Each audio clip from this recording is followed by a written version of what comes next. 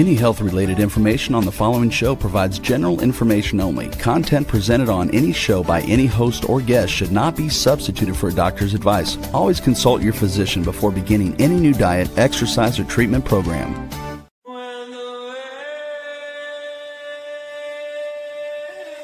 For centuries, ancient cultures knew the secrets to longevity, vitality, and healing. Now, modern science is catching up. Ageless Blueprint is a podcast that will reveal the modern secrets of better health and a better life. Join Dr. Eldred Taylor here today and every Wednesday at 9 a.m. Eastern Time on W4HC Radio at W4HC.com.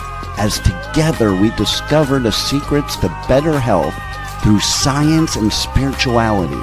A Better Life with Ageless Blueprint starts now. Here's your host, Dr. Eldred Taylor. Hello, I'm Dr. Taylor, and I am the hormone doctor and the spiritual MD, and this is Wednesday. So that means it's time for the Ageless Blueprint podcast. And I'm excited about this one because this kind of helps me to culminate everything that I've been trying to do for the last 30 years. You know, I have been trying to preach this doctrine about hormone clarity and saliva testing and trying to get women to understand their bodies and really trying to help people change the way that they think. You know, when I first started lecturing, I started talking about one of my core ideas is that the problem with popular thinking is that it doesn't require you to think at all. It's easier to do what other people do and hope that they thought it out. And I believe that that is what we do. We like to do the popular thing, okay? With everything, with doctors, with patients, and especially see it with healthcare and with hormones, especially because that's why I talk about these Facebook groups where people are asking, questions of other people because they don't have clarity about what they're doing. So if you just follow popular thinking, what people are doing on the Facebook and TikTok, and I'm a victim of it because I'm on TikTok trying to do this, you need to be able to think for yourself. And I feel like it takes knowledge and it takes courage in order to think for yourself. So yeah, so I love this story about the caterpillar because I think it just really exemplifies. And I've been telling this story for I don't know how long because there's a certain type of caterpillar called a processionary caterpillar. And processionary caterpillars, the way their instincts are, is that they pick a leader, and then all of the other processionary caterpillars follow behind the leader. And that's great as long as that leader is doing what processionary caterpillars are supposed to do. Well, what a processionary caterpillar is supposed to do? Well, when it's time to eat, they go to the caterpillar restaurant and they eat. When it's time to sleep, they go to the caterpillar hotel and sleep. When it's time to play, they go to the caterpillar playground and they play.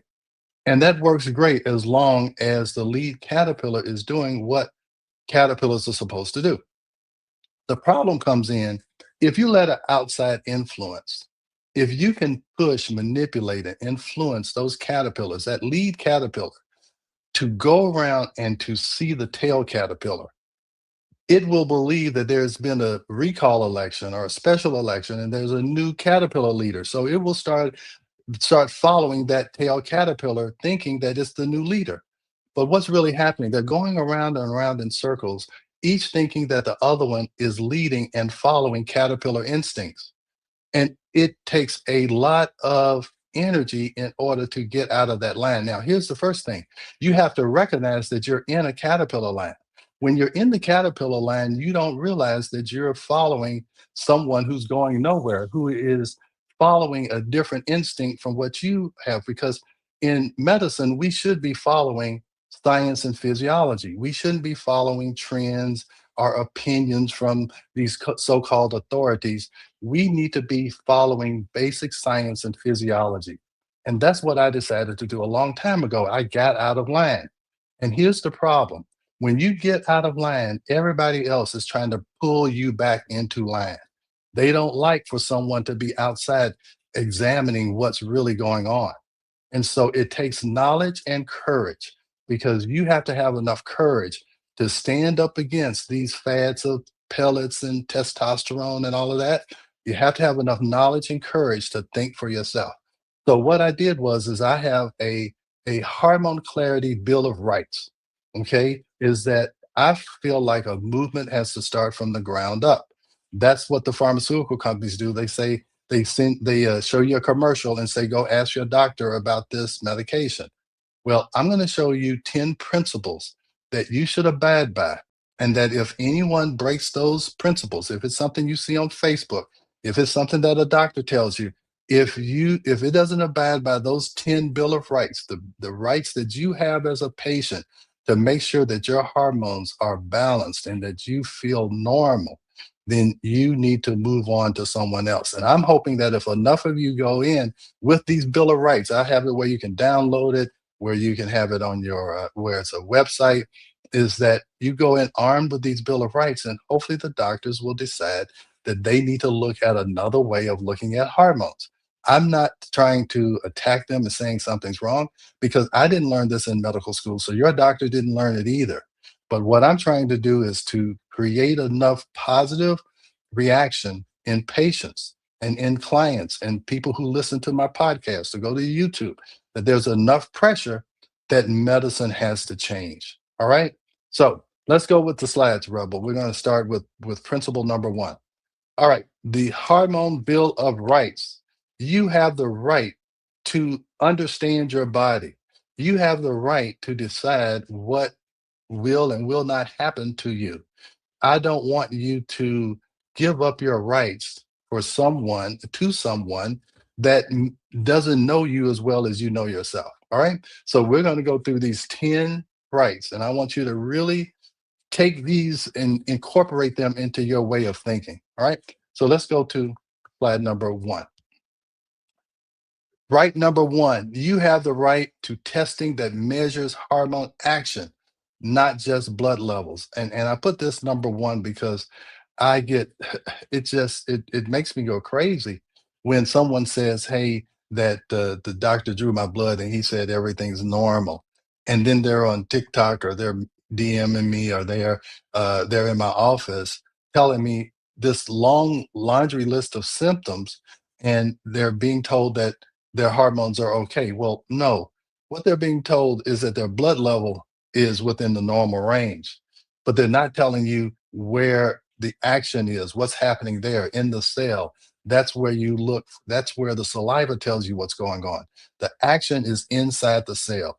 So if someone tries to tell you that your hormones are okay based on a blood test, you know that it's your right to demand the proper testing in order to find out what's really going on in your cells, where the action is, where your symptoms are happening, where that estrogen and progesterone imbalance is causing your brain fog, where it's causing your fibroids, where it's causing your irregular periods, where it's causing your inability to sleep or stay asleep.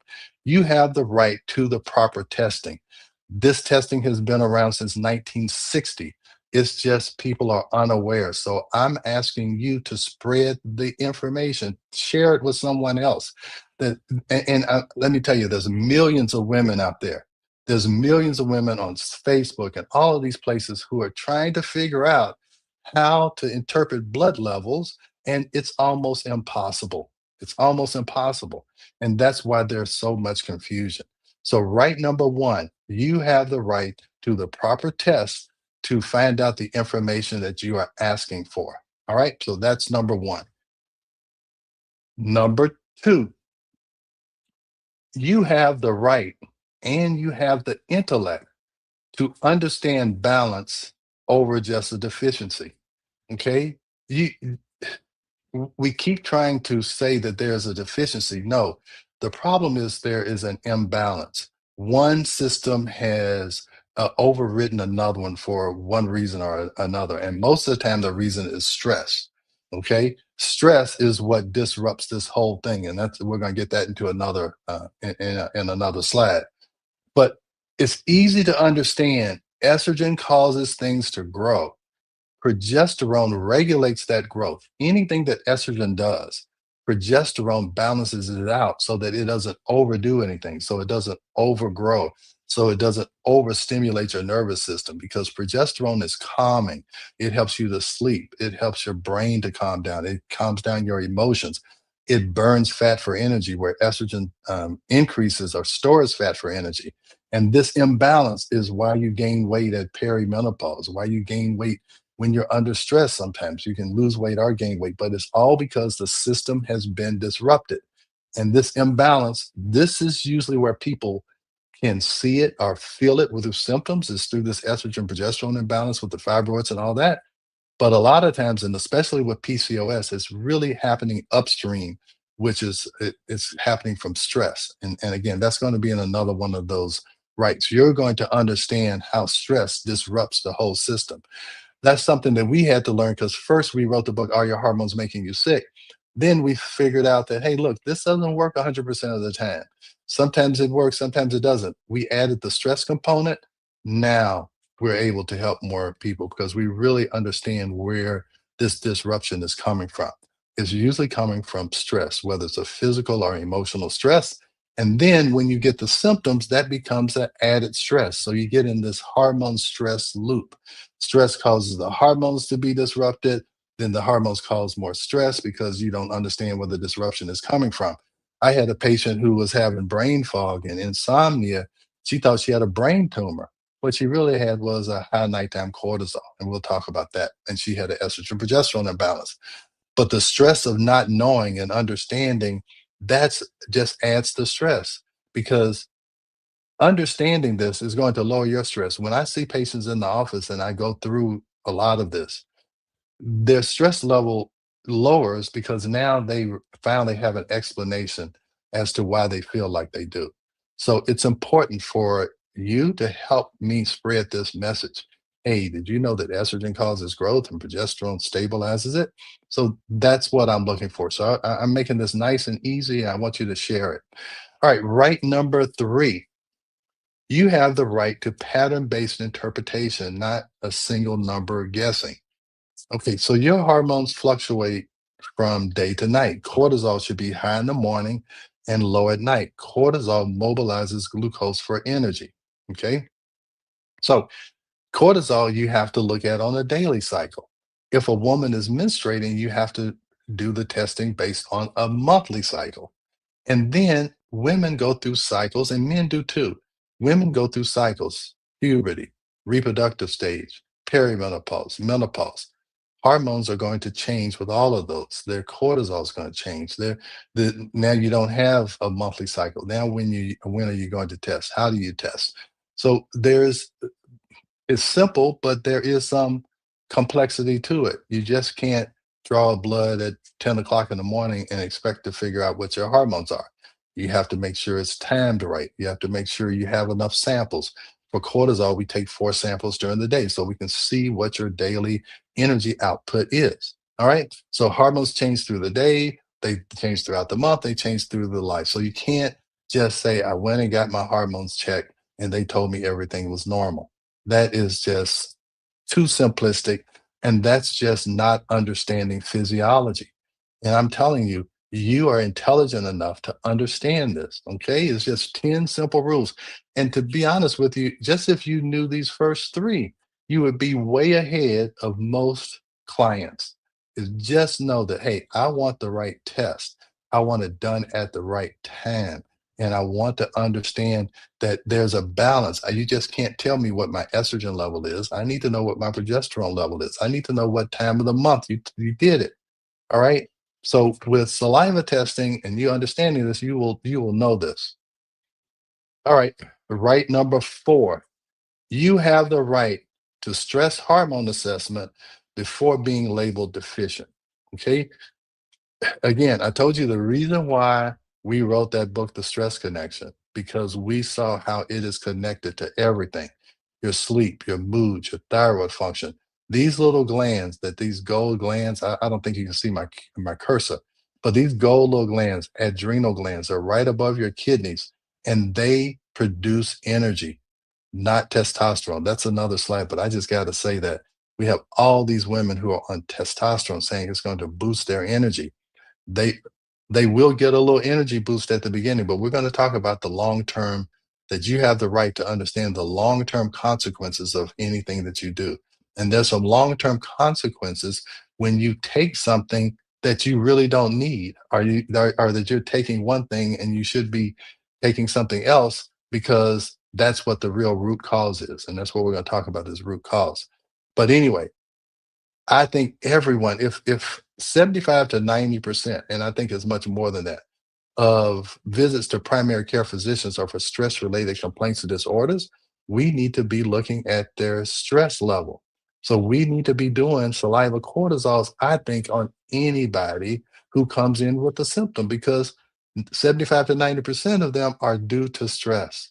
So we talk about saliva cortisol testing, and I'm going to start introducing heart rate variability. That's a really a daily measurement that you can do, heart rate variability. And if you think about fetal heart rate tracing, which I did for OB, is that if there's a lot of variability in that fetal heart tracing, if anyone's had kids or seen the monitors, the more that line wiggles, the better the baby is doing. The flatter that line is, the worse it's doing. You can do the same thing as an adult with heart rate variability. I actually have a website and a page that I'm going to introduce where you can check your heart rate variability at any time, in any place, to see if you're primarily sympathetic or parasympathetic. I used to do it all the time in the office, and then with COVID and all this, and now I was finally waiting to have an app or something where people could do it at home. And that's something I'm teasing you. That's coming, because we really got to focus on this stress epidemic, and it's causing a lot of problems, and people are stressed financially, and wars and all these things are going on. We really have to help people measure and manage their stress. You cannot manage what you cannot measure, but if you can measure stress through saliva cortisol testing and through heart rate variability, now you can implement some changes where people will be able to better handle the stress and make better decisions. Because see, when you are under stress, the frontal lobe gets turned off. So you really can't even make good decisions. So that's why it's so important, before you make a long term health decision like a hysterectomy or some cancer treatment, you've got to get your stress level right so that your executive function can turn back on, so you can make a logical, rational decision, and not a decision based on fear. And that's what we've got to get. I want to get patients to get over making decisions based on fear. And if you can do that, you're going to make much better long-term decisions. I see so many patients in my office saying, I knew I shouldn't have done that. I didn't feel right when I made that decision, but I was afraid. I was anxious. And so I just did what the doctor told me. And that's what I'm saying. Getting in a caterpillar line, thinking that someone's leading that really has your best interest in mind. And I'm not saying doctors don't have your best interest. They're doing what they have been taught to do. An oncologist is taught to kill cancer, and that's their job. And they're not worried about the rest of your systems. A cardiologist is worried about your heart. They're not worried about your adrenals and kidneys and all that. You have to look at yourself as a holistic system and understand what can be driving your issues, right? So if people don't look at you holistic, you have to look at yourself holistically. All right. So right, number 5, you have the right to education before a prescription. Hormones affect brain, bone, heart, metabolism, and mood. So before you accept prescriptions for heart palpitations, or some anti-diabetic medication, some antidepressant, we got heart here twice, bone medication, something for your brain. Hey, wait a minute. Okay. Instead of giving me a prescription for all of these, why don't we back a little bit? Because I heard that cortisol can affect all of that. Why don't we go upstream? Why don't we stop trying to have a medication for each symptom? I want to know why you're giving me that prescription. And could it be something other? Could it be my hormones? Could it be stress? And you need to tell the doctor, don't you know that stress is connected to everything? And deep down, they know it. They just haven't heard it verbalized. So maybe you need to go in there and verbalize it. All right. So right, number 6, you have the right to root cause conversation. Uh, I'm going to show you at the end. I have a QR code where I developed this assessment where you can figure out what the root cause is. So if you have fatigue, it's not random. It's trying to tell you that some root cause is happening. Okay, so we have a questionnaire. It's like, is it primarily adrenal issue? Could it be a gut issue? Okay, because if you have gut issues, you're not going to absorb enough nutrients to create energy. Is it primarily a nervous system regulation that I don't have enough sleep? Is that why I'm fatigued? So it can be several different things, or it could be a combination. So I created this root cause assessment because a lot of people they do one of two things. They're either scared to take the first step because they don't know what to do, or they've overdone it. They've done too much. They have 10, 12 supplements. They don't know what they're taking, why they're taking it. And believe me, I see this all the time. They come in and often have a bag full of supplements. And I'm like, why are you taking this? Why are you taking that? And and nothing's happening. So they're coming to me because obviously those supplements are doing what they wanted them to do. So with the root cause assessment, what we try and do is tell you where most likely those symptoms are coming from upstream and how you can correct it. And most of the things almost all of them are trying to address adrenal function, hormone function, and then we have something called amino restore to help with neurosystem, your nervous system reset, so that you have enough amino acids. I'm going to talk about that, so that you can make enough neurotransmitters for your brain to actually transmit a message from one neuron to the other. All right. So you need to know what the root cause is. I like to say, hey, look, when you have a weed, you can do one or two things. You can go out there every week and chop down those weeds, or you can pull it up from the root and you can be done with it. And what happens is that these medications are constantly trying to chop down one weed after another. Okay, first they got a metabolism problem. First they got a hormone problem. So now the estrogen makes them store more fat than they should. So now they have metabolic syndrome. And then because they don't have enough progesterone, their mood changes.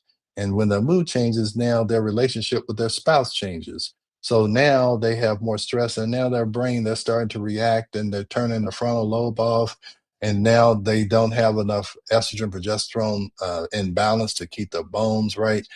And then if you don't have enough progesterone, you can have heart palpitations. Sometimes that's a presenting symptom.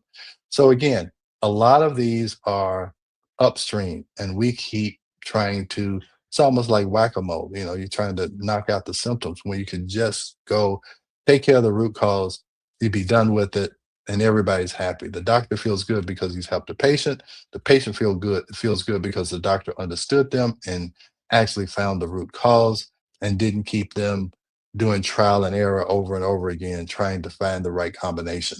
Just find the root cause, handle that, move on from there. All right. Right number 8, you have the right to retesting and monitoring. Here's what I see often is that the patient gets the initial test. Oh, you have no hormones. Okay, because they're looking in the blood, when the ovary stops working, then the blood is not going to show much or any estrogen because the blood only picks up what is coming from the ovary. However, estrogen is made in the fat tissue, and fat tissue makes estrogen. So you have this loop. When you have estrogen dominance, because progesterone goes down, you're going to make more fat. And so what I'm trying to say is that a lot of times patients get an initial test, hey, your hormones are low, then they get dumped all these hormones on them. And because the blood test is not going to show an elevation because the hormones are in the tissue, then a lot of times they just disregard further testing. They don't test anymore. I'll ask a patient, I'm like, did they show you how your hormones were not balanced in your blood since you've been taking this for 3 years and you're telling me you still have hot flashes? No, he never tested me after that. Or he just said my hormones were fine. Did you ever look at? So all I'm saying is you have to, if you give a hormone that and it's not coming from the ovary or from the testicles in a man, you have to follow it in saliva. You're not going to see that dose in the blood until you've overdosed the patient. because the only way that hormone is going to go back out into the blood where it doesn't want to be, because it's watery and because oil and water don't mix, you have to saturate the tissue. So now you've got this patient overdosed on all of these hormones. Now her liver has to try and detoxify it. That's an added stress. So you don't want to do that. I'll show you. I have an example, I think, at the very end, where a patient was given an estrogen patch, and they told her, "Well, you just don't absorb it." I don't want to. I don't want to spoil it. I got a whole story for that. Okay, all right. So, but you need to be retested, and if you're on hormones and they're not retesting you, and you can't see that, hey, now my hormones are balanced, and you're not having any side effects, then you need to demand the proper test. You need to demand it, because I'm telling you, the long-term consequences of you being overdosed on hormones is more than just, oh, my hot flashes came back. That's why I'm telling you, you're putting a stress on the system when you are overdosing yourself with hormones that your body has to detoxify itself. It has to get rid of those hormones. It has to be metabolized. And so you don't want to overwork your liver. It has enough to do with trying to detoxify the food that we eat and the air that we breathe and the water that we drink. So we don't need to tax our liver more by overdosing the patient, or you overdosing yourself on hormones, because the proper monitoring wasn't done. And the monitoring protects balance, because things can change. If you lose weight, gain weight, you have a stressful experience, something happens, it can flux. So you need to retest. We retest twice a year, or if their symptoms change. And then a lot of times, if their symptoms change and they've been stable for a while, you know what has happened? They've had some stressful event. They've had someone pass away. They've had something stressful. Okay. Kids, they're worried about kids in college, something. And I'll ask, okay, you've been fine for 2 or 3 years. What happened? They'll usually tell me some type of stressful event. We'll try and calm the nervous system down. I don't really change the dosage, because I know as soon as she recovers from the stress, that same pattern is going to come back. So, anyway, you need to be retested. You need to be monitored, and you need to be monitored in the correct way. All right. So you have the right to know that normal does not mean optimal. You really have to understand that normal blood labs do not apply when it comes to sex hormones or female or male hormones, because they're fat soluble, and the blood is water soluble. So it's just as simple as that. So you cannot, whenever someone tells me, I went to the doctor and they told me my labs were normal, I 100% know that they did a blood test. Okay. And it's never going to show you anything. When you're premenopausal, it's always going to say your hormones are within the normal range. When you're postmenopausal, it's always going to say your hormones are low. But the only hormone that definitely decreases 100% in all women is progesterone once they go through menopause, because menopause means that you no longer ovulate. And the only hormone that is dependent upon ovulation is progesterone.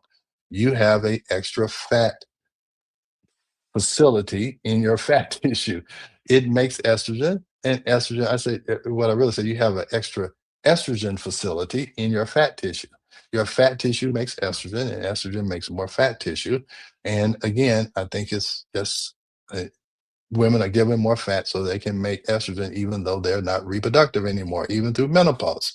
So that is what's really going on. So you need to understand that those blood normal labs do not mean that you are normal. And you know that. You know you're not feeling normal, you're not feeling optimal, you are not balanced. Okay. You cannot balance hormones looking at blood tests. And you already know that, because you've had your blood drawn, I don't know how many times, spent a bunch of money, you still have the symptoms, and the blood tests keep telling you that it's normal. So I know it's time for a break. We're going to go to right number 10, and I'm going to show you how you can get this root cause assessment and how important it is. And I'll see you after the break. We are going to a quick break, so stay with us as we explore the ageless blueprint right here on W4HC Radio and Talk 4 TV. An ancient secret with a modern twist for better health and vitality. Dr. Taylor will be right back. Taking care of your health shouldn't mean taking a handful of pills every day. At Taylor MD Formulations, they create doctor-developed supplements that combine the best natural ingredients so you get the results you need with fewer pills. Taylor MD Formulations is backed by science, designed for real life with real results. Less pills, better health, doctor approved. Shop now at TaylorMDFormulations.com and discover smarter supplements for smarter health. That's TaylorMDFormulations.com. We are back for more of Ageless Blueprint. Once again, let's join Dr. Taylor for more insights and research on the ancient secret to better health and a better life in modern times. Here's your host, Dr. Eldred Taylor. All right, we're back, and because we're back from break, and I know people come and go, and I really want you guys to understand this Bill of Rights. We're going to go over it real quick, and then we're going to hit number 10. So again, I want to imprint this into your brain, and that when you go into a doctor's office, not to challenge the doctor, not to argue with the doctor, but all you want to do is just go in armed with your own intelligence so that you can filter through what the doctor says. And again, you don't want to argue with the doctor, because this is what I've learned. See, I don't try and talk to doctors about this over coffee or whatever. I do it with people who come to me and say, I want to learn. Okay, so if the doctor doesn't want to learn, then you just need to filter it through, and you need to go and find another doctor or get more education or get more courage or whatever. Okay, so but if the doctor wants to learn, then you can say, hey, look, I follow this guy. He has some courses that helps doctors, because we think more doctors need to know this. So that's why I'm counting on you guys to spread this message. And again, I'm going to have links at the YouTube, everywhere where you can download this, where you can share it, where just the Bill of Rights. And if you want to share the podcast, I would love that also. So let's go through it. Right, number one, you have the right to testing that measures hormone action. You have the right to go in and demand saliva testing. And they may not know what the heck you're talking about. And that, if that's the case, that's fine. But at least they've heard it. And if 2, 3, 4, 5 more people come in there, they will learn about saliva testing. Okay, it's about demand and supply and demand. All right, we're gonna go to the next. You have the right to understand balance, not just efficiency. Estrogen and progesterone have to be in balance, and you can't do that with one blood test. Okay, imbalance is not the same as low. And just because you see that the blood test says that the estrogen and progesterone is low in the blood, that has nothing to do with what the estrogen and progesterone balance is in your actual tissue. All right, you have the right to look at patterns and not just based on one isolated blood test, because your cortisol fluctuates throughout the day, your hormones fluctuate throughout the month, and your hormones fluctuate throughout different stages in your life. So one single blood draw does not say that you're normal or balanced. So right, number four, you have the right to stress hormone assessment before being labeled deficient. Most of the issues that you're dealing with, they start from stress. That's what's disrupting your ovulation and making it so you can't make as much progesterone to balance out the estrogen every month in your cycle. And the same way with perimenopause and menopause. Most of the time, stress is the governing influencer. And if we don't identify that and correct it, you're going to be in this cycle of hormones and stress, hormones and stress. Your hormones are going to get disrupted again because we didn't fix the stress. All right, you have the right to education before prescription. You want to know what that medication is, you want to know what it does, and you want to know, hey, could some of those medications be avoided if we actually looked at this stress hormone assessment? And that's why we want to do this root cause assessment. So again, you can go in armed with enough knowledge and enough courage, again, not to argue, but just to be able to not go with popular thinking, to be able to think for yourself and not let someone else think it out for you. So Number six, you have the right to a root cause conversation. Can we actually think about where could all this be coming from? A lot of times, uh, medicine or doctors put labels on people. You have PCOS, you have ADHD, you have chronic fatigue. No, I want to know why. Why do I have chronic fatigue? Why do I have ADHD? Why do I have PCOS? And again, PCOS is just an estrogen progesterone imbalance. So we put these names and labels, and patients take these names and labels, and somehow they think that the patient's going to be satisfied just because you named what they have. No, they want you to correct the dysfunction. And so that's why you want to look at the root cause. And that's why I'm really focusing on stress, because I don't think that enough healthcare providers understand stress physiology. What does stress do? What does it do to the brain, to the kidneys? If we understand stress physiology and we get that back in balance, man, all of the dominoes that fell because we didn't address stress, when we address it, all those dominoes stand back up again. All of those symptoms come back in line again. So it's important that we understand stress, that you understand it and the doctors. Okay, right number seven, you have the right to know the difference between progesterone and progestin. So I must have skipped this. Yes. Okay, and then some people say, "Hey, I was taking progesterone and it made me gain weight and it made me depressed." No, you were taking a progestin. You were taking a synthetic form of progesterone.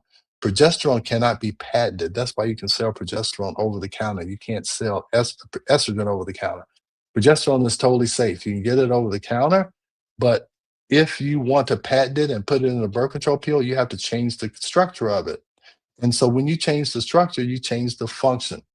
And so progestins, they can keep you from getting pregnant and they can help with your bleeding, but they're not going to calm your brain down. They're not going to burn fat for energy.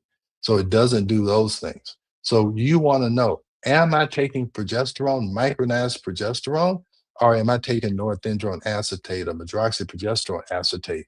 If it doesn't say micronized progesterone or progesterone, you are not taking progesterone. And you're not going to get the positive benefits that I'm talking about because it's not the same chemical. Yeah, and we talked about monitoring. I don't know how I missed this one. I'm glad I went back over it because this is important. People think that they're on medroxy or they've taken Depo-Provera or whatever, and they've had a bad experience. And I talk about progesterone, and they say, "Oh no, no, that's not what happened to me." Most of the time, they were taking a progestin, which is not progesterone. Okay, we talked about that. So this is it. You have the right to understand long-term consequences. Okay. So let's just take testosterone for energy. Cortisol is what gives you the normal energy flow. It's not testosterone. So why are women getting testosterone? Because they're getting their blood drawn in menopause or at any time. And they'll see that the woman's testosterone is low or very low normal. Well, that's very normal. Blood testosterone in a woman is always low. Okay. So if you look at it, you go, oh my gosh, you're low in testosterone. Well, do you really think that the issue with women is that they don't have enough male hormone? Okay. It doesn't now. Will does testosterone give you this initial little boost? Yes. But long term, what happens is because it's not being measured in the blood, the testosterone builds up. Now you have too much. Now you have acne. Your hair starts to thin. Okay, so for that little boost in the energy and whatever, that usually will fade away because you still got the stress issue. You just covered it up with testosterone and that'll work temporarily. All right, so long term, that little boost is going to cause a problem. So let me tell you another example that I just talked with a patient yesterday. She had a total hysterectomy when she was 32 years old. At that point in time, they put an estrogen patch on her in the operating room. They looked in her blood and say, "Wow, you don't absorb estrogen, so there's no need of us putting this estrogen patch on you. So let's give you a cream." Put the cream on, looked in the blood. They say, "Hey, we don't see any estrogen. You just don't absorb estrogen." And so for 32 years, she didn't take hormones because the doctor said, "You don't absorb hormones." You know what happened 32 years later? She's got osteoporosis, she's got hot flashes, she's calling me in a panic, like, "Can you help me?" Okay? So that's what happens long term because Someone looked in the wrong compartment, trying to look for hormones that were in the tissue, and they were looking in the blood. 32 years later, the lady has osteoporosis. She hasn't been on hormones for 32 years because she was like, oh, it's useless. I don't absorb it. Nobody's going to give me any hormones. I can't take estrogen orally, all of these things. Now, here's the other thing that happened. And this is why you have knowledge and courage. She was on Nexium or some type of H2 blocker. And an H2 blocker means that it blocks the acid in your stomach. It's taken for heartburn. Okay, so she's been taking that for 15 years. She said maybe even more than 15 years. Well, on the Nexium box, it says you shouldn't take it for more than 6 weeks. Let me tell you why. When you decrease stomach acid, especially as you get older, when you decrease stomach acid, you decrease your ability to break down and digest proteins. Now, your stomach acid naturally goes down after age 50. Okay, that's why it's harder to absorb things, it's harder to get your nutrients in because you don't have as much stomach acid. So you can get epigastric pain from that.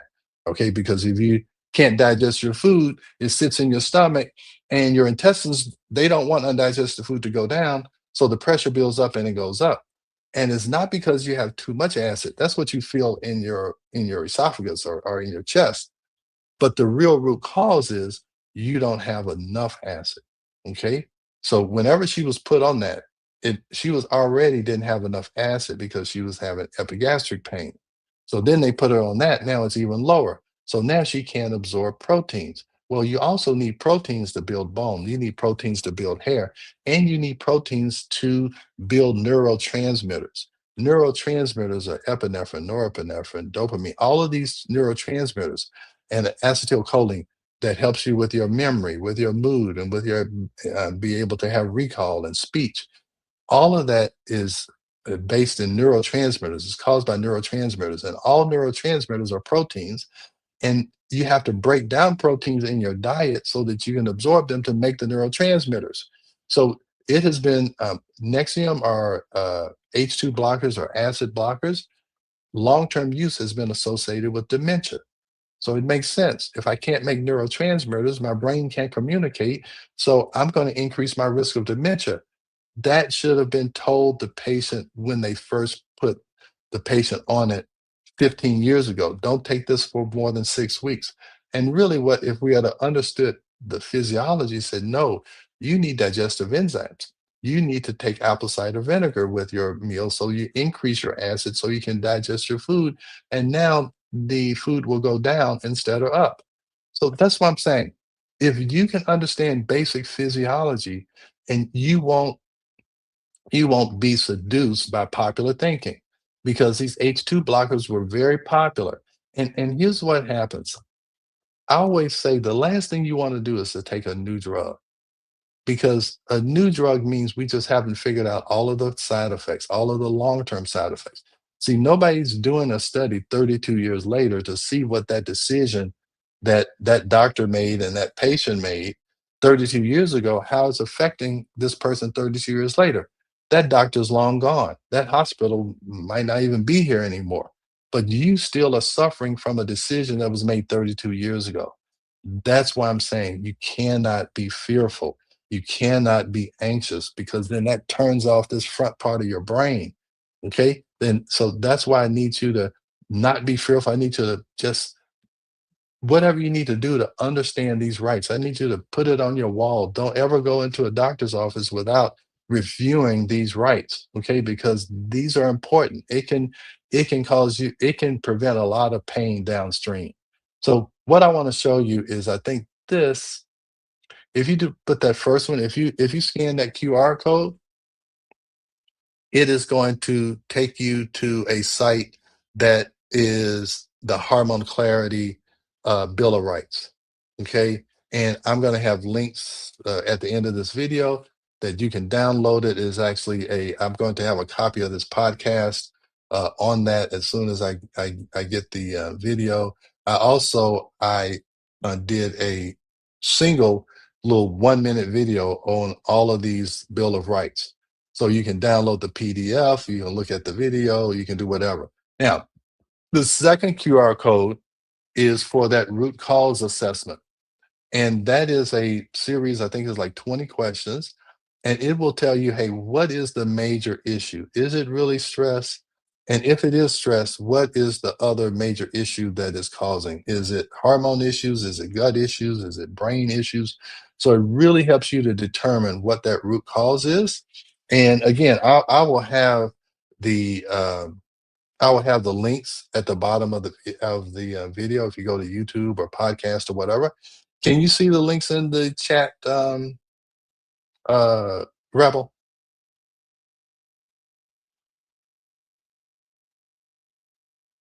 I'm sorry, can I see what? The links in the chat? Yeah, I put some links in the chat in the comments. Do you see it? I'll send it. I'll send it to you so that we'll link it with the podcast. But do we have any questions? Yes. Um, Great. why do people blindly trust doctors because they are doctors? That's what I'm trying to figure out. Okay. And that's what I'm trying to. And again, I don't want you, like I said, she said blindly trust. Doctors are good at what they are good at. Okay. If you have something that needs to be surgically removed, then you need to go to a surgeon. Okay. But if you're looking for hormones and you're trying to do it on a physiologic basis, you got to go to a functional medicine. Okay, so we have been taught to trust authority. We really have. We have been taught, and I'll tell you what happens is when you are fearful or anxious, you are looking for someone who seems confident. Okay, and that makes you feel better. So you go in and they confidently say, you need chemo, you need this, you need that. You're like, okay, okay, I'm scared, so I'm just going to do whatever the doctor says. But if you go in already armed with your own information, it helps you to not blindly trust somebody just because they're speaking confidently. Okay, that's what I see on Facebook groups. Somebody says something confidently, and then everybody's, she knows what they're doing. No, you need to be guided by what you know and what you feel is right for you. So, yeah, I'm trying to give people enough knowledge and courage so that they don't just blindly trust a doctor because he's a doctor. And I always tell you, I don't want you to blindly trust me. And that's why I keep doing these podcasts and try to reinforce this information because I know repetition helps. And I'm going to keep repeating this because I see that I've been trying to repeat it for 25 years. It still hasn't stuck. So I'm going to give it one good old college try again and just keep pushing this information out. All right. So any other questions? Yes. We're gonna group a whole bunch of them together because Okay. they're similar. Let's see. Mhm. Why don't people question doctors more? Is it okay to question doctors? Will doctors get upset and with us and dismiss us? And okay, that's Yeah. good for that one. Okay. So I will tell you this. If a doctor doesn't want to be questioned, you really need to see another doctor. I'll tell you that most of the things that I do in my practice is because a patient asked me a question and I didn't know the answer. And so I looked it up and man, it took me down a whole road. I say it's one patient changed my life by asking me one question about, hey, do you know about progesterone? And I did a whole OBGYN residency and I really didn't understand progesterone. So if the doctor gets upset and dismisses you, that I don't appreciate that. I've had patients come in and say that I told the doctor I wanted to do this, and he told me he couldn't take care of me anymore. This is what I tell patients. If you feel like the doctor is not open to this, just keep your mouth shut. Listen to what they have to say. If it doesn't abide by the Bill of Rights, just go find another doctor. You don't have to argue with him. You don't have to try and convert him and shove this down his throat. I don't do it. If I can't do it, and I can do seminars and all these things. I can't convert people who don't want to be converted. So you can just listen to that doc and say, he may be open to it. Let me just ask one of these questions and see if he's interested or does he lean forward or does he have a scowl on his face? If he does, then just stop and listen to what they have to say. And, you're going to run it through your Bill of Rights and you're going to say, no, I'm not going to do that. It doesn't fit into my Bill of Rights. I'm going to go find another doc. So that's my advice to patients is don't try and convert the doc. Just listen and see if he's aligned with you, and then if not, move on. All right. I think we just about hit the time limit, right? We did. So those of you who Mhm. we didn't get your questions, I'll give your questions to Dr. Taylor and Yeah. stay tuned for more. Yep. And you can send me comments through the podcast or whatever, and I'll try and answer them there. But yeah, she'll send me the questions, and I'll try and make sure I answer them either the next time or either I'll send you a message. All right. All right. It's time to go. See you guys. Thanks for joining Dr. Taylor today. If you missed any part of this show, just check out the podcast wherever you listen to podcasts. Ageless Blueprint is every Wednesday at 9 a.m. Eastern Time on W4HC Radio at W4HC.com. Together, we discover the ancient secrets to better health through science and spirituality made for modern times. Until then, feel free to check out agelessblueprintpodcast.com and TaylorMDFormulations.com for more information.